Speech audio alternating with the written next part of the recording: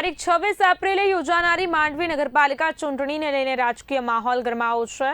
Form ખેંચવાના અંતિમ દિવસે એક ઉમેદવારે પોતાની ઉમેદવારી પરત ખેંચતા અને એક બેઠક બિનહરીફ જાહેર થતા ચૂંટણી સમીકરણોમાં ફેરફાર જોવા મળ્યો છે।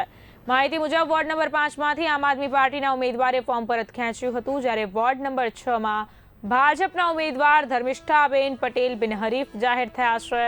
આ બદલાવ બાદ હવે માંડવી નગરપાલિકાની ચૂંટણીમાં કુલ 48 ઉમેદવારો મેદાનમાં રહેશે। વોર્ડ નંબર 1 થી 6 સુધીની બેઠકો પર ચૂંટણી જંગ વધુ રસપ્રદ બન્યો છે અને સ્થાનિક રાજકારણમાં ગરમાવો જોવા મળ્યો છે।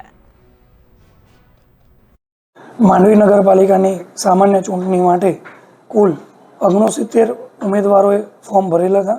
તેમાંથી 19 ઉમેદવારોના ઉમેદવારી ફોર્મ ચકાસણી સમયે રદ કરવામાં આવેલા। ત્યારબાદ આજ રોજ એક ઉમેદવારનું ફોર્મ પરત ખેંચવામાં આવેલું છે અને એક ઉમેદવાર વોર્ડ નંબર 6માં બિનહરીફ જાહેર કરવામાં આવેલા છે, જે ગણતા હવે કુલ 48 ઉમેદવારો ચૂંટણી મેદાનમાં હરીફ ઉમેદવારો તરીકે ફાઇનલ થયા છે। આગામી સમયમાં તારીખ 26ના રોજ મતદાન છે। સૌ મતદારોને હું અપીલ કરું છું કે ઉત્સાહથી ભાગ લઈ અને આ લોકશાહીના પર્વમાં ઉત્સાહભેર મતદાન કરે અને 28 તારીખે મતગણતરી કરી પરિણામ જાહેર કરી ચૂંટણી પ્રક્રિયા પૂર્ણ કરવામાં આવશે।